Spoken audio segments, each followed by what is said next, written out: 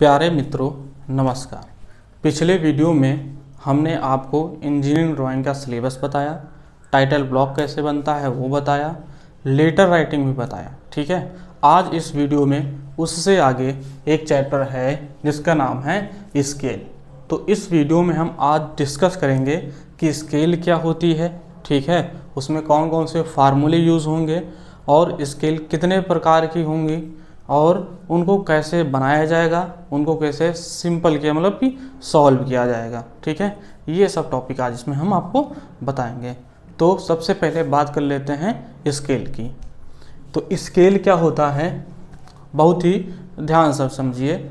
1-2 minute जो बता रहे हैं ये बहुत ही इम्पॉर्टेंट है। ठीक है, अगर हम कोई भी ड्राइंग बनाते हैं, ठीक है, किसी भी वस्तु का अगर हमको ड्राइंग बनाना है तो हम उसकी ड्राइंग को, ये ज़रूरी नहीं है जो जितना बड़ा पार्ट है उसका उतना बड़ा एक्चुअल माप का ड्राइंग बनाया जा सके। ठीक है, जैसे कि अगर हमको कोई घर या बिल्डिंग या फिर कोई पुल का डिज़ाइन तैयार करना है, ड्राइंग बनाना है, तो हम इतना पॉसिबल नहीं है कि उतना बड़ा हम पेपर लाएं और फिर उसका हम ड्राइंग बनाएं। ठीक है, या फिर बहुत ऐसे भी पार्ट होते हैं जो काफ़ी छोटे होते हैं, जैसे ये वॉच है। ठीक है, इस वॉच में बहुत छोटे छोटे से कंपोनेंट लगे होंगे, तो इनका अगर हमको ड्राइंग बनाना होगा तो ये भी पॉसिबल नहीं है कि इतना छोटा ड्राइंग बनाया जा सके। ठीक है, तो इन सब के लिए हम क्या करते हैं, एक अनुमानित माप मान ली जाती है। ठीक है, उसके अनुसार हम ड्राइंग बनाते हैं। ठीक है, उम्मीद है समझ में आया होगा। तो स्केल इसी का एक पार्ट है। ठीक है, स्केल की सहायता हमसे हम क्या करते हैं, किसी छोटे पार्ट को बड़े साइज में या फिर बड़े पार्ट को छोटे साइज में मान करके बनाया जाता है। ठीक है, तो स्केल एक ऐसा इंजीनियरिंग टूल होता है जिसकी सहायता से हम मेज़रमेंट करते हैं। ठीक है, या फिर सीधी लाइन खींचते हैं। ठीक है, एक तो ये इसकी परिभाषा हो गई और दूसरा इसका यूज़ क्या हो गया है, इसको हम अपने अनुसार मान सकते हैं। तो यहाँ पर जो हम स्केल पढ़ेंगे, जो मानी जा सकती है स्केल, वो पढ़ेंगे। ठीक है, तो उसके बाद है इसमें स्केल एक यहाँ पर लिखे हैं हम रिप्रेजेंटेटिव फ्रैक्शन, जिसको बोलते हैं निरूपक भिन्न। इसमें एक ये फार्मूला है, अभी आगे चलकर हम आपको बताएंगे। ठीक है, फार्मूला क्या होता है, इसमें एक फार्मूला और यूज़ होता है जिसको बोलते हैं लेंथ ऑफ स्केल। ठीक है, लेंथ ऑफ स्केल मतलब कि मापने की लंबाई। ठीक है, लेंथ ऑफ स्केल मतलब मापने की लंबाई, वो क्या होता है वो भी आपको बताएंगे। ठीक है, तो आइए समझते हैं पहले क्या है रिप्रेजेंटेटिव फ्रैक्शन। तो रिप्रेजेंटेटिव फ्रैक्शन क्या होता है, इसको हिंदी में बोलते हैं निरूपक भिन्न। ये होता क्या है, इसको हम शॉर्ट फॉर्म में RF से लिखते हैं। ठीक है, RF बराबर अगर हम इसको लिखें, ठीक है, तो ये होता है साइज शोन ऑन ड्राइंग। ठीक है, size shown on drawing, size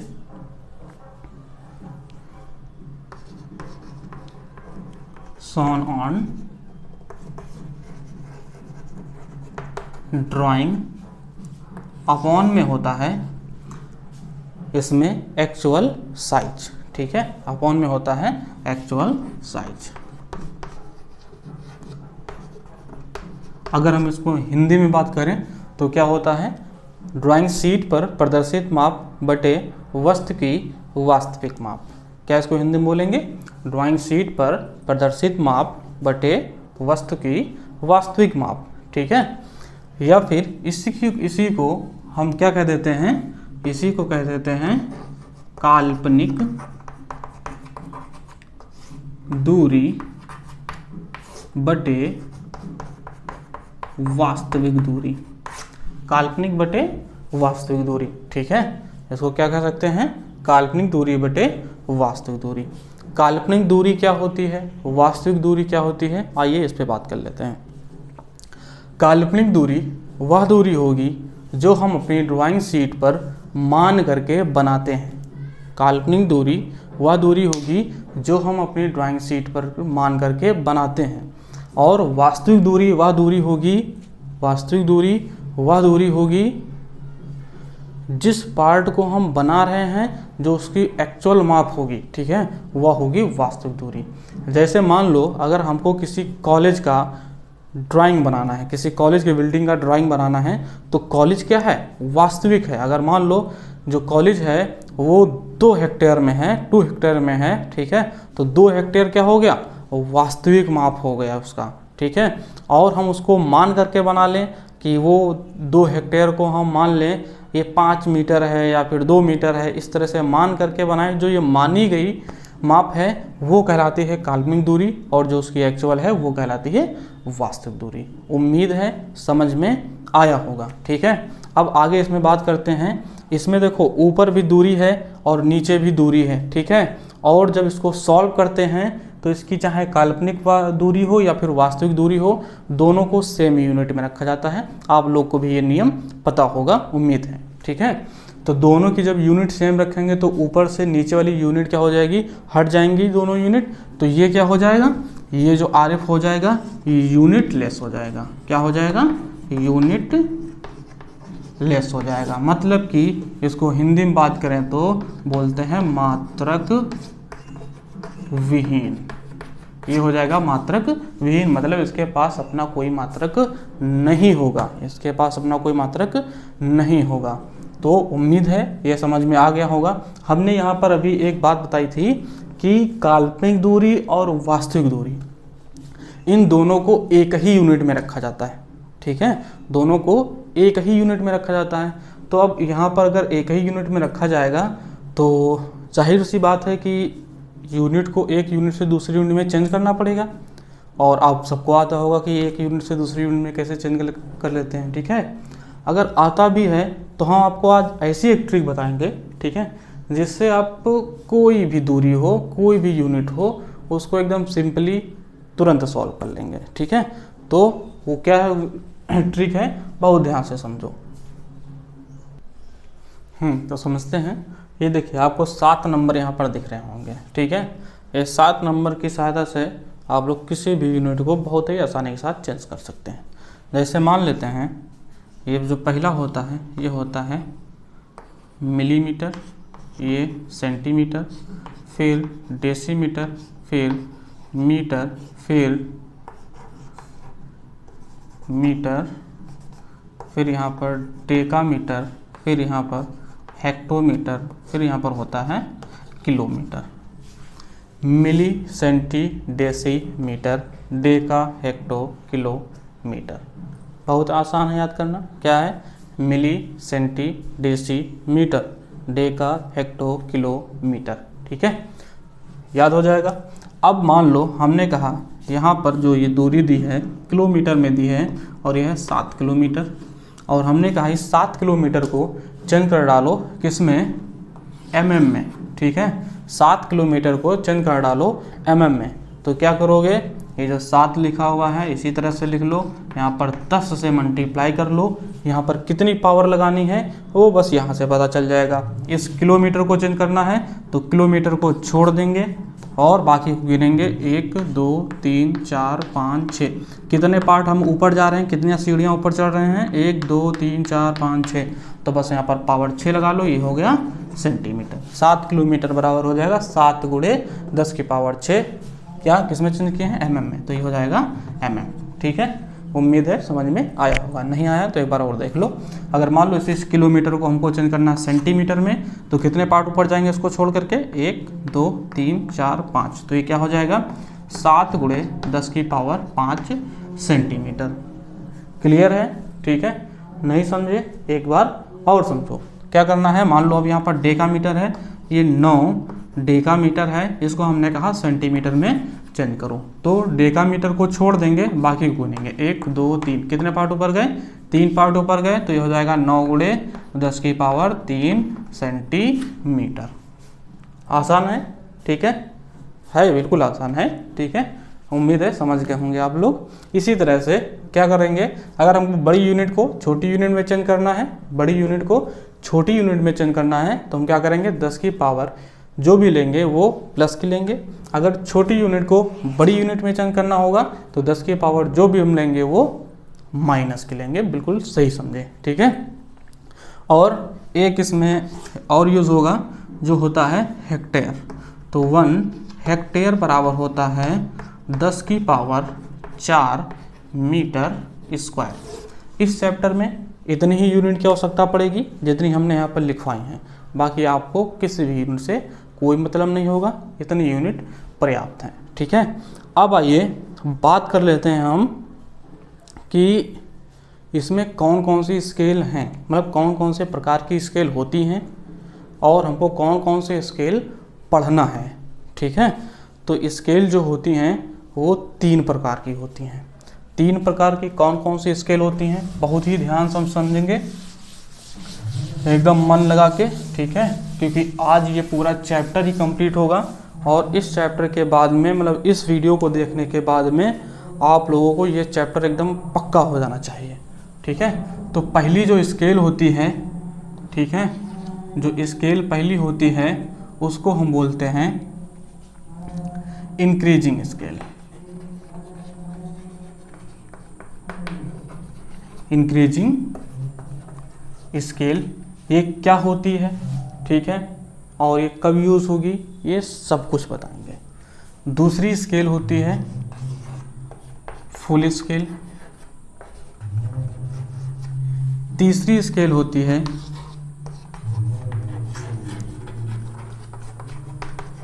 reduction scale. Increasing scale को इनलार्जिंग स्केल भी बोलते हैं और जो रिडक्शन स्केल है इसको रिड्यूसिंग स्केल भी बोलते हैं। ठीक है, तो कंफ्यूज मत होइएगा, ये अलग अलग नाम आपको अलग अलग बुक में देखने को मिल सकते हैं। समझे नहीं समझे? अब समझो ये इंक्रीजिंग स्केल क्या होता है। इंक्रीजिंग स्केल का यूज़ हम वहाँ पर करते हैं जब हम किसी छोटे पार्ट का ड्राइंग कर रहे होते हैं। क्या समझे? जब हम किसी छोटे पार्ट का ड्राइंग कर रहे होते हैं तो हम क्या यूज़ करते हैं, इंक्रीजिंग स्केल यूज़ करते हैं। अभी छोटे पार्ट से मतलब क्या है कि अभी घड़ी बताए थे ना, इसमें बहुत छोटे छोटे से कंपोनेंट लगे हैं, एकदम चुटकी चुटकी से। ठीक है, अगर इनका ड्राइंग बनाएंगे तो जब इनका ड्राइंग बनाएंगे तो क्या होगा, हमको ड्राइंग बड़ी बनाने की आवश्यकता पड़ेगी। तो जब बड़ी ड्राइंग बनाने की आवश्यकता पड़ेगी, मतलब छोटे पार्ट की जब हमको बड़ी ड्राइंग बनाने की आवश्यकता पड़ेगी तो हम क्या करेंगे, वहाँ पर इंक्रीजिंग स्केल यूज़ करेंगे। क्यों इंक्रीजिंग स्केल यूज़ करेंगे? क्योंकि इसकी सहायता से हम क्या करते हैं, छोटी यूनिट को बड़ी यूनिट में मान लिया जाता है। छोटी यूनिट को बड़ी यूनिट में मान लिया जाता है। जैसे कि 2 सेंटीमीटर को हम मान लेंगे 2 मीटर के बराबर। ठीक है, तो छोटी यूनिट को बड़ी यूनिट में जब माना जाता है तो वहाँ पर यूज़ किया जाता है इंक्रीजिंग स्केल। ठीक है, इसीलिए इसका जो RF होता है, RF जो इसका निकलता है वो हमेशा 1 से बड़ा निकलता है। इसका जो RF निकलता है वो हमेशा 1 से बड़ा निकलेगा। ठीक है, उसके बाद दूसरी स्केल क्या है, फुल स्केल। दूसरी स्केल क्या है, फुल स्केल। इसकी जो तीसरी स्केल रिडक्शन स्केल, बहुत इंपॉर्टेंट। ठीक है, क्यों इंपॉर्टेंट अभी आगे बताएंगे। क्या है फुल स्केल? फुल स्केल क्या होती है, जब हमको कोई ड्राइंग ऐसा बनाना है कि जितना बड़ा जो पार्ट है उसका उतना बड़ा ड्राइंग बनाना है। क्या हमने कहा, जब हमको कोई ड्राइंग ऐसी बनानी है कि जितना बड़ा वो पार्ट है उतनी बड़ी ड्राइंग बना लेंगे। ठीक है, तो वहाँ पर हम यूज़ करते हैं फुल स्केल, क्योंकि बहुत से ऐसे पार्ट होते हैं कि उनका ड्राइंग उतना बनाना पॉसिबल होता है, उतना साइज़ का ड्राइंग हम आसानी के साथ बना सकते हैं। ठीक है, तो वहाँ पर हम क्या यूज़ कर लेते हैं, फुल स्केल। फुल स्केल का जो RF होता है वो होता है हमेशा 1 के बराबर, 1 के बराबर होता है। फिर आती है तीसरे नंबर पर रिडक्शन स्केल, सबसे ज़्यादा इम्पॉर्टेंट स्केल। क्यों इम्पॉर्टेंट है अभी बताएंगे आपको। रिडक्शन स्केल क्या होती है, जब हमको बहुत बड़े बड़े पार्टों की ड्राइंग बनानी पड़ती है। जैसे मान लो किसी बिल्डिंग का ड्राइंग बनाना पड़ गया या पुल का ड्राइंग बनाना पड़ गया, यहाँ तक कि मान लो अपने इंडिया का मैप बनाना पड़ गया, तो वहाँ पर हम यूज़ करते हैं रिडक्शन स्केल। रिडक्शन स्केल क्या होती है, इसमें हम बड़ी यूनिट को, कितनी भी बड़ी यूनिट हो उसको हम छोटी यूनिट में मान लेते हैं। ठीक है, बड़ी यूनिट को छोटी यूनिट में मान लिया जाता है, तो वहाँ पर यूज़ होती है रिडक्शन स्केल। ठीक है। इसीलिए इस रिडक्शन स्केल का जो RF होता है वो हमेशा छोटा रहेगा 1 से। RF छोटा रहेगा 1 से। अब इम्पॉर्टेंट क्यों बता रहे थे? इम्पॉर्टेंट हम इसको इसलिए बता रहे थे क्योंकि जो तुम्हारे सिलेबस में है वो केवल और केवल रिडक्शन स्केल है, ठीक है, केवल और केवल रिडक्शन स्केल है, इसलिए हम आपको ये इम्पॉर्टेंट बता रहे थे। अब रिडक्शन स्केल के अंतर्गत कौन कौन सी स्केल पढ़ना है, ठीक है। तो रिडक्शन स्केल के अंतर्गत बहुत प्रकार की स्केल आती हैं, जैसे कि प्लेन स्केल आती है, डायगोनल स्केल आती है, आइसोमेट्रिक स्केल आती है और वर्नियर स्केल आती है। ये सारी स्केलें आती हैं, ठीक है। मगर ये सब पढ़ना नहीं है, ये सब पढ़ना नहीं है। पढ़ना कौन सी है? वो केवल 2 प्रकार की स्केल हैं। बस 2 सेकंड को वो भी बताते हैं, मतलब कि कौन कौन सी स्केल हैं, उनका क्या क्या नाम है और उनको कैसे पहचानेंगे, ठीक है। तो पहली स्केल है सिंपल स्केल। अब ये नाम ही सिंपल है तो ये सिंपल है भी, ठीक है। सिंपल स्केल, इसी को बोलते हैं प्लेन स्केल, या हिंदी में इसको कह सकते हो साधारण मापनी या फिर सादी मापनी, ठीक है। दूसरी जो होती है वो होती है डायगोनल स्केल। डायगोनल स्केल मतलब कि विकर्ण मापनी, ठीक है। 2 प्रकार की स्केल होती हैं जो तुम्हारे सिलेबस में है और दोनों को अच्छे से पढ़ना है और बहुत अच्छे नंबर से का क्वेश्चन से पूछ जाता है। 10 नंबर से 15 नंबर का आता है इस चैप्टर से टोटल, ठीक है। तो सिंपल स्केल क्या होती है, बहुत ध्यान से समझो। जब हमारे पास कोई ऐसी स्केल होगी जिससे हम कोई लगातार 2 यूनिट को माप सकते हैं, कोई लगातार 2 यूनिट को माप सकते हैं, तो वहाँ पर होती है सिंपल स्केल, ठीक है।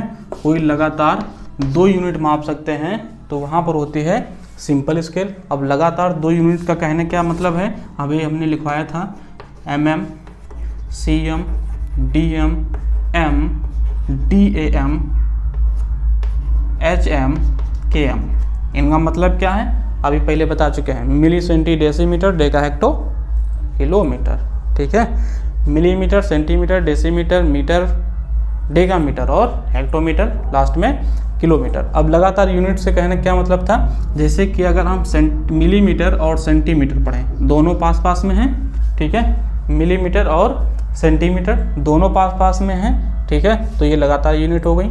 तो इस तरह से अगर लगातार 2 यूनिट पढ़ेगा तो आएगी सिंपल स्केल में। अगर इसी तरह से या सेंटीमीटर और डेसीमीटर हो, ये भी लगातार यूनिट है, तो ये भी आ जाएगा सिंपल स्केल में। मतलब इसमें से लगातार कोई भी 2 यूनिट हो वो आएगा सिंपल स्केल में। बस ये नहीं हो सकता है कि वो डेकामीटर हो और किलोमीटर हो, क्योंकि एक बीच में आ गया, गैप आ गया, तो ये लगातार नहीं हुआ, ठीक है। तो जब भी लगातार 2 यूनिट पढ़ी जाएंगी तो वो कहलाएगा सिंपल स्केल। इसी तरह से डायगोनल स्केल क्या है, जब हमको लगातार 3 यूनिट तक पढ़ना हो, लगातार 3 यूनिट तक पढ़ना हो, जैसे कि मिलीमीटर, सेंटीमीटर, डेसीमीटर, तीनों यूनिट एक साथ पढ़ना हो तो आता है डायगोनल स्केल, ठीक है। जैसे मिलीमीटर, डेसीमीटर और मीटर पढ़ना हो, या किलोमीटर, हेक्टोमीटर, डेकामीटर, इन तीनों को पढ़ना हो, ठीक है। लगातार 3 यूनिट पढ़ा जाएगा तो वो आएगा डायगोनल स्केल में, लगातार 2 पढ़ा जाएगा तो वो आएगा सिंपल स्केल में। उम्मीद है आप लोग को समझ में आया होगा।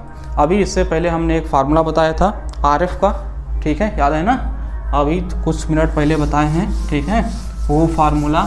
और इसमें एक नया फार्मूला और है, एक नया फार्मूला और क्या है, जिसको अभी हमने कहा था लेंथ ऑफ स्केल, जिसको लेंथ ऑफ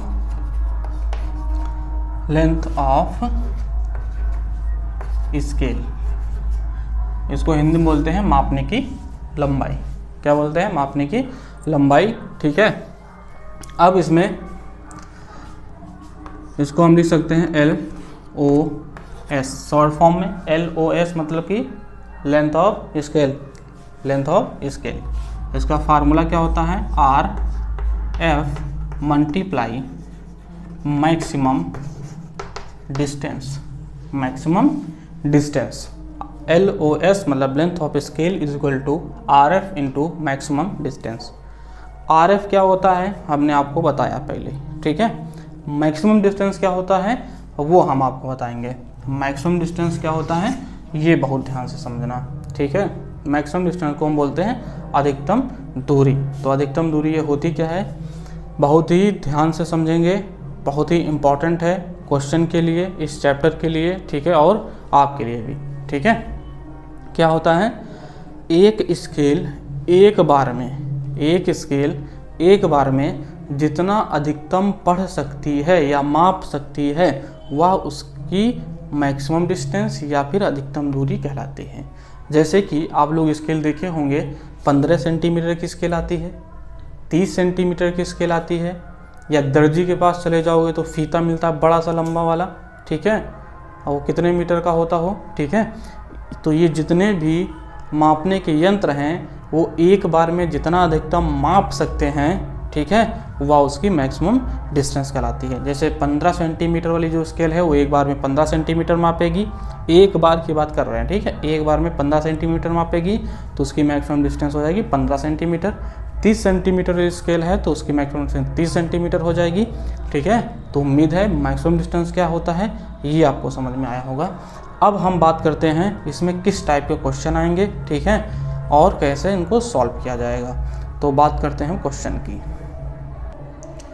ये क्वेश्चन आप लोग के सामने दिया हुआ है, क्या कह रहा है, draw a plain scale of 5 centimetre equal to 2 kilometre which can represent kilometres and hectometres, so a distance of 5 kilometre and 7 hectometre on the scale. इसका कहने का मतलब क्या है, ठीक है, वो समझ लो हिंदी में कि 5 सेंटीमीटर बराबर 2 किलोमीटर के एक साधारण मापनी बनाओ, ठीक है। 5 सेंटीमीटर बराबर 2 किलोमीटर की एक साधारण मापनी बनाओ जो किलोमीटर तथा हेक्टोमीटर को प्रदर्शित करे और उस पर 5 किलोमीटर और 7 हेक्टोमीटर की दूरी दर्शाओ, ठीक है। ये इसका हिंदी मतलब है। तो अब इसमें हमको करना क्या क्या है, इसमें सबसे पहले हमको निकालना पड़ता है RF। RF क्या होता है हमने आपको बताया था, ठीक है। RF क्या हो जाएगा, काल्पनिक दूरी बटे वास्तविक दूरी, मतलब कि ड्राइंग शीट पर प्रदर्शित माप हो जाएगी और बटे हो जाएगी क्या, ड्राइंग शीट पर प्रदर्शित माप बटे वास्तविक माप। तो इसमें कौन सी माप दी है, इसमें देखो कह रहा 5 centimetre is equal to 2 kilometre. कह रहा draw a plain scale of 5 centimetre is equal to 2 kilometre, ठीक है। अब इसमें कौन सी वास्तविक है कौन सी काल्पनिक है वो पहचानने के लिए क्या करेंगे, बहुत ध्यान से समझो। इसमें कह रहा 5 सेंटीमीटर बराबर है 2 किलोमीटर, 5 सेंटीमीटर बराबर है 2 किलोमीटर, ठीक है। तो जो छोटी यूनिट में होगा, ठीक है, जो छोटी यूनिट में होगी वो क्या होगी, हमेशा काल्पनिक दूरी होगी। जो छोटी यूनिट वाली होगी वो हमेशा काल्पनिक होगी, जो बड़ी यूनिट वाली होगी वो हमेशा वास्तविक होगी, ठीक है।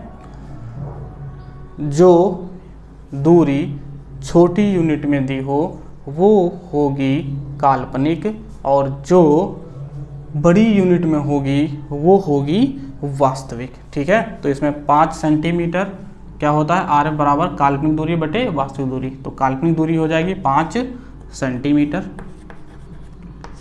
और किलोमीटर कितना है, वास्तविक दूरी है ये, और 2 किलोमीटर। अभी हमने आपको यूनिट को एक यूनिट से दूसरे यूनिट में चेंज करना बताया था, तो यहाँ पर उसकी आवश्यकता पड़ गई, ठीक है। तो अब क्या करेंगे, 2 किलोमीटर को चेंज करेंगे सेंटीमीटर में, तो ये हो जाएगा 5 सेंटीमीटर अपॉन 2 मल्टीप्लाई, किलोमीटर को सेंटीमीटर में चेंज करेंगे 2 की पावर मतलब 10 की पावर 5 सेंटीमीटर। सेंटीमीटर से सेंटीमीटर हट जाएगा, ठीक है। और यहाँ पर इसको अगर हम सॉल्व करना चाहें तो सॉल्व कर सकते हैं, क्या लिख सकते हैं, 5 अपॉन इसके पास से 10 इसको मल्टीप्लाई कर दो तो ये हो जाएगा 20 मल्टीप्लाई 10 की पावर 4, तो 5 1 जा 5, 5 4 जा 20। तो यहाँ पर RF निकल के जो आ जाएगा, RF निकल के जो आ जाएगा वो आ जाएगा 1 अपॉन 4 इंटू 10 की पावर 4, ठीक है। ये RF निकल के आ जाएगा। अब इस RF के बाद में हमको इसमें एक फार्मूला और लगाना है जो होता है लेंथ ऑफ स्केल का, LOS का, ठीक है। तो लेंथ ऑफ स्केल क्या होती है ये आप लोग नोट कर लीजिएगा।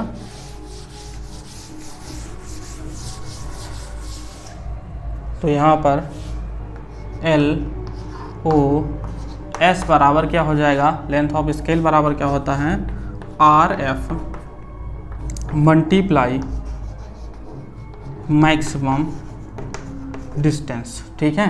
तो RF निकल के क्या आया था, 1/4 मल्टीप्लाई 10⁴ मैक्सिमम डिस्टेंस क्या है इसमें क्वेश्चन में कह रहा है kilometre and hectometre, so our distance 5 kilometre और 7 हेक्टोमीटर।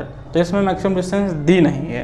तो बहुत सारे क्वेश्चन में मैक्सिमम डिस्टेंस नहीं दी होती है और बहुत सारे क्वेश्चन में मैक्सिमम डिस्टेंस दी होगी। तो जहाँ पर मैक्सिमम डिस्टेंस दी होगी तो वहाँ पर मैक्सिमम डिस्टेंस मतलब बता देगा कि इतनी मैक्सिमम डिस्टेंस है, ठीक है। जहाँ पर नहीं दी है वहाँ पर मानना पड़ेगा अपने अनुसार। क्या किस तरह से मानेंगे वो बहुत ध्यान से समझना।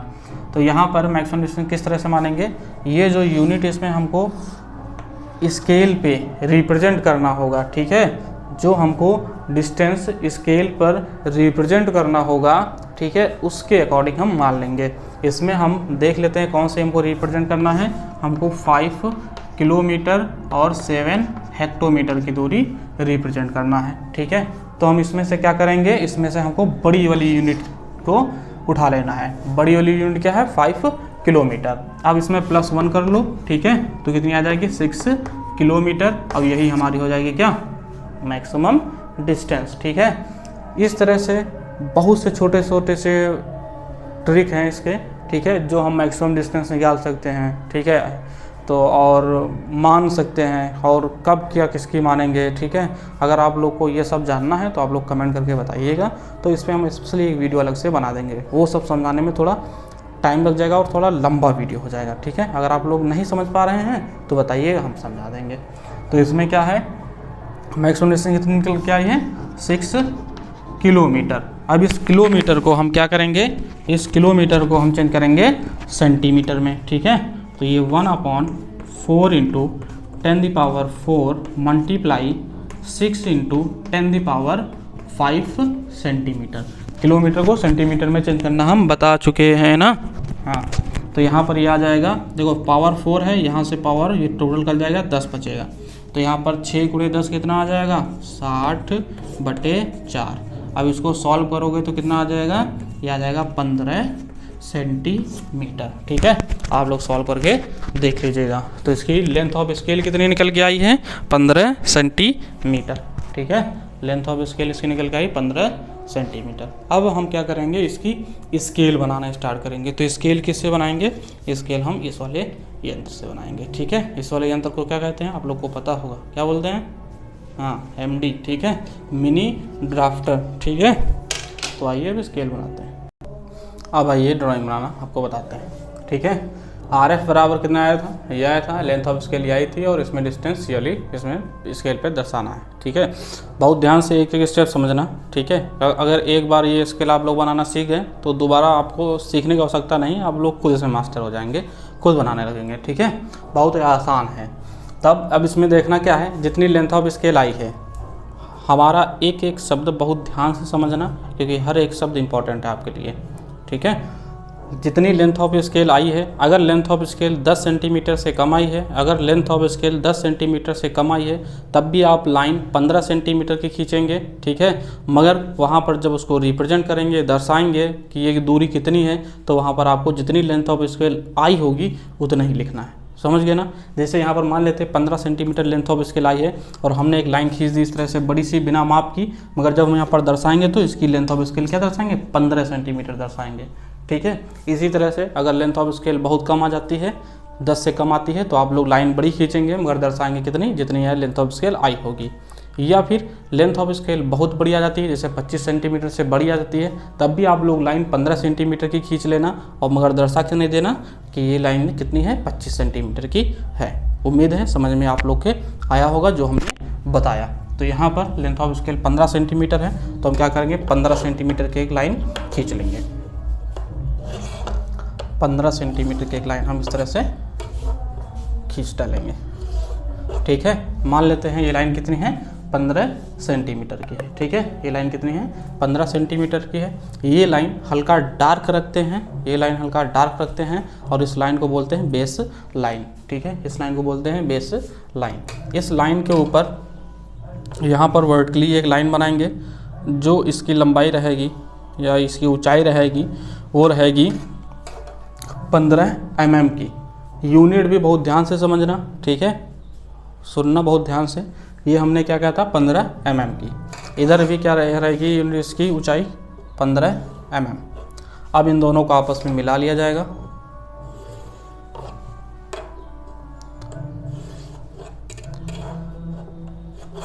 इस तरह से, ठीक है, इस तरह से इसको मिला लेंगे। बहुत सी बुकों में, ठीक है, अलग अलग प्रकाशन की जो बुक हैं तो वो अलग अलग प्रकार से बनाना बताई हैं।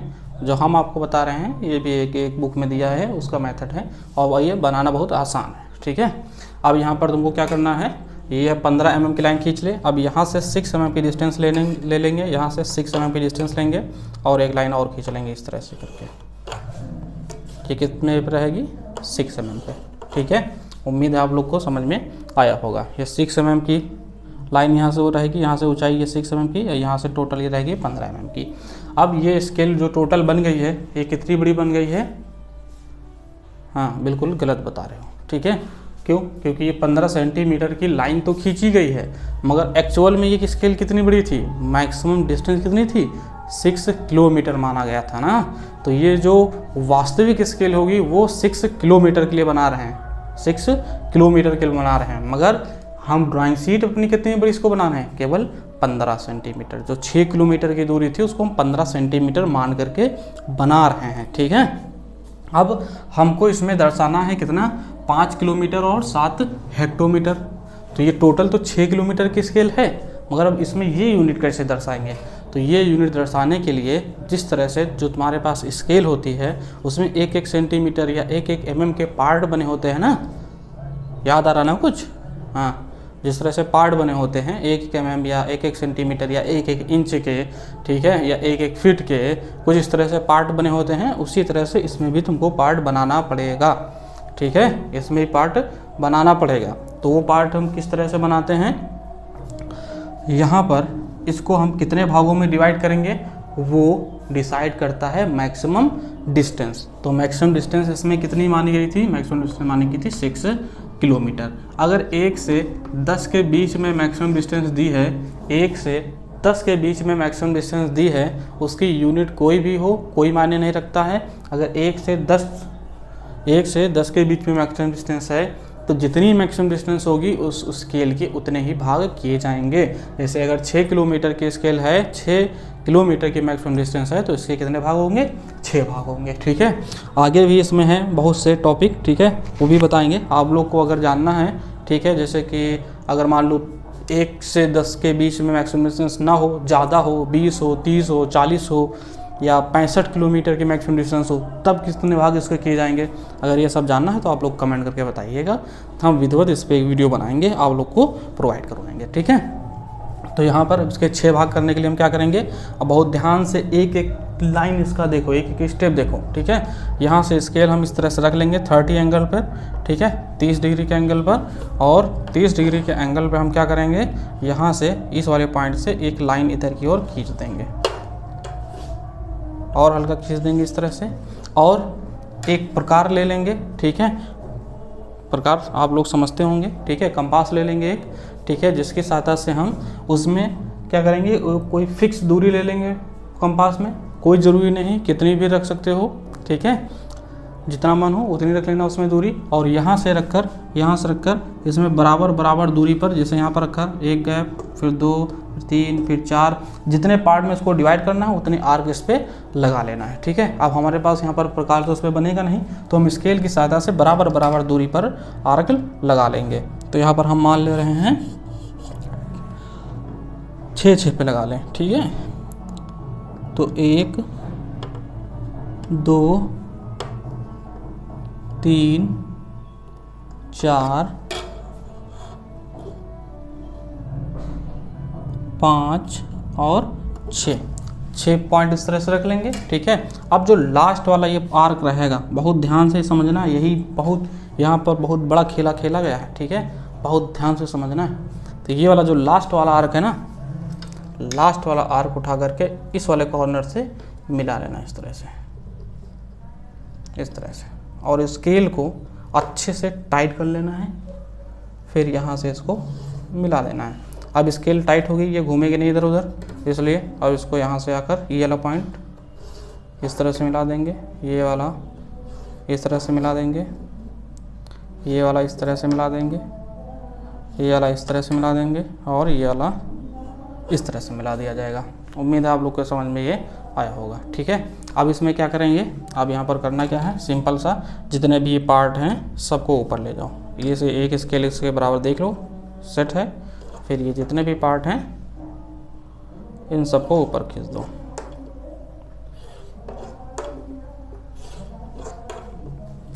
उम्मीद है ये आप लोग के समझ में आ रहा होगा। अब ये क्या हो गई, 6 बराबर भागों में बट गई। ठीक है, अब 6 बराबर भागों में बट गई, तो अब इसका एक पार्ट कितने का हो गया, इसका एक पार्ट हो गया 1 किलोमीटर का। अब 6 किलोमीटर था और एक उसको 6 जगह तोड़ दोगे तो एक भाग 1 किलोमीटर का रह जाएगा। तो ये इसका पार्ट हो गया 1 किलोमीटर का। तो अब हम क्या करते हैं, 5 हेक्टोमीटर, हम मतलब 5 किलोमीटर इसमें पढ़ सकते हैं। 5 भाग इसके ले लेंगे, 5 किलोमीटर मिल जाएगा। मगर अभी हम हेक्टोमीटर नहीं पढ़ सकते। तो हेक्टोमीटर पढ़ने के लिए क्या किया जाएगा, हेक्टोमीटर को पढ़ने के लिए हम क्या कर सकते हैं, हम जानते हैं कि 1 किलोमीटर बराबर होता है 10 हेक्टोमीटर। ठीक है, 1 किलोमीटर बराबर होता है 10 हेक्टोमीटर। तो इस वाली दूरी को हम चाहे 1 किलोमीटर बोलें या इसको 10 हेक्टोमीटर बोलें। ठीक है, इसको हम 1 किलोमीटर भी कह सकते हैं और 10 हेक्टोमीटर भी कह सकते हैं। अगर ये वाला भाग 10 हेक्टोमीटर है, अगर ये वाला भाग 10 हेक्टोमीटर है, तो हम इसको अगर 10 भागों में डिवाइड कर दें तो एक भाग हो जाएगा 1 हेक्टोमीटर का। तो एक भाग हो जाएगा 1 हेक्टोमीटर का। तो हम क्या करेंगे, अब इसको 10 भागों में डिवाइड करेंगे। तो इसको 10 भागों में डिवाइड करने के लिए हम क्या करेंगे, फिर से यहाँ से एक लाइन इस तरह से खींचेंगे, यहीं से रख के एक लाइन इस तरह से खींचेंगे। ठीक है, ये 30 एंगल रखना और ये दोनों मिलाकर 60 हो जाएगा। अभी यहाँ से यहाँ तक 60 हो जाएगा। ठीक है, अब इसको 10 भागों में डिवाइड करना है तो इसके 10 भाग करेंगे और इसके 10 भाग हम करने के लिए क्या करेंगे, प्रकार की सहायता से यहाँ पर बनेगा नहीं तो स्केल ही इस तरह से रख लेना और 5-5 mm की दूरी पर 10 पॉइंट लगा लेना। 5-5 mm की दूरी पर 10 पॉइंट लगा लेना। ठीक है, यहाँ पर 5-5 mm की दूरी पर 10 पॉइंट, जैसे 1 2 3 4 5 6 7 8 9 10। ठीक है, ये 10 पॉइंट या 10 आर्क इस तरह से लगा लिए जाएंगे। ठीक है, तो यहाँ पर करना क्या है, जो लास्ट वाला पॉइंट ये वाला मिलेगा, ये वाला पॉइंट मिलेगा, इसको यहाँ से मिलाना है।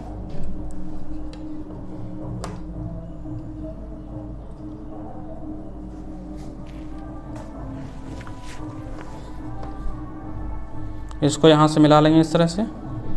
फिर इसी के सामने से स्केल को टाइट रखेंगे और जितने भी पार्ट हैं सबको इस तरह से मिला डालेंगे।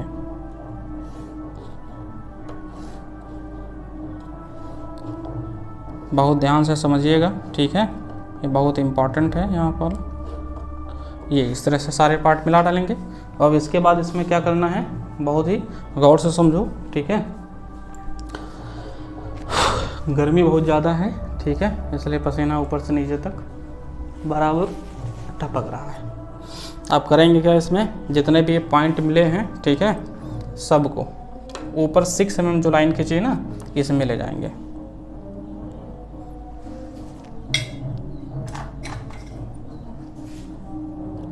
ये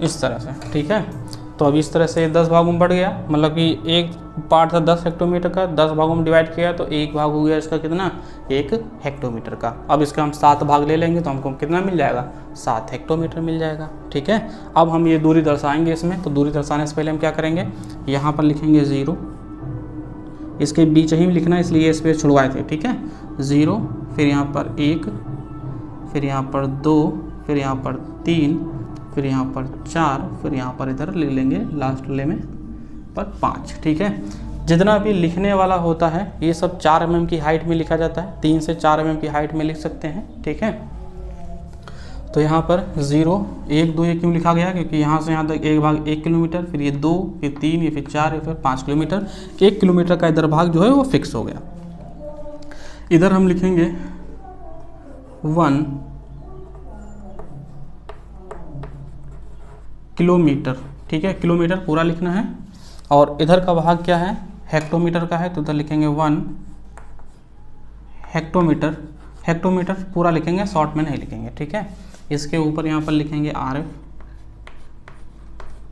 जो कुछ भी आया हो, कितना आया है 1/4 और 10 की पावर 4 मतलब कि 4 0। ठीक है, नीचे लिखते हैं लेंथ ऑफ स्केल जो आई है, यहाँ पर लिखेंगे LOS बराबर 15 सेंटीमीटर। ये यहाँ पर एरो बनाते हैं। एरो का जो अनुपात रहता है वो 3:1 का रहता है। अगर आप लोग को बनाना नहीं आता है तो कमेंट करके बताइएगा, ये इस पे भी हम एक वीडियो बनाकर आपको विधिवत समझाएंगे। ठीक है, अब हमको दूरी दर्शाना है। दूरी कितनी है, 5 किलोमीटर और 7 हेक्टोमीटर। तो 5 किलोमीटर लेंगे, यहाँ से गिनेंगे, यहाँ से चले 1 2 3 4 5 किलोमीटर यहाँ पर मिला। तो यहाँ पर एक लाइन इस तरह से ऊपर उठाएंगे, यहाँ से देखो 1 2 3 4 5 किलोमीटर मिल गया। 7 हेक्टोमीटर, तो हम इधर की ओर 7 हेक्टोमीटर गिनेंगे। ये वाली लाइन जब 0 हो गई, फिर यहाँ पर 1 2 3 4 5 6 7, इसके 7वीं जो लाइन होगी, ठीक है, वो ले लेंगे। यहाँ से देखो ये 0 हो गई, फिर यहाँ से छोटी ले लाइन है 1 2 3 4 5 6 7, जो 7वीं लाइन होगी वहाँ से एक हम लाइन इस तरह से उठा लेंगे और यहाँ पर हम लिख लेंगे कितना है ये 5 किलोमीटर 7 हेक्टोमीटर। उम्मीद है आप लोग को समझ में आया होगा। ठीक है, तो ये हो गई अब सिंपल स्केल। इस तरह से ये पूरी कंप्लीट हो जाएगी। अब एक और बची है डायगोनल स्केल। वीडियो काफ़ी बड़ा हो जा रहा है, ठीक है, इसलिए अगले वीडियो में हम आपको बता देंगे डायगोनल स्केल क्या होती है। ठीक है, पूरा बनाकर बता देंगे, उसमें अब ज़्यादा टाइम नहीं लगेगा, 20-20 मिनट लगेगा, उसमें भी आप लोगों को भी समझ जाएंगे। जब तक आप लोग ये अच्छे से बनाइएगा। अगर आप लोग का कोई क्वेश्चन है, ठीक है, तो आप लोग हमको कमेंट करके बता दीजिएगा। धन्यवाद।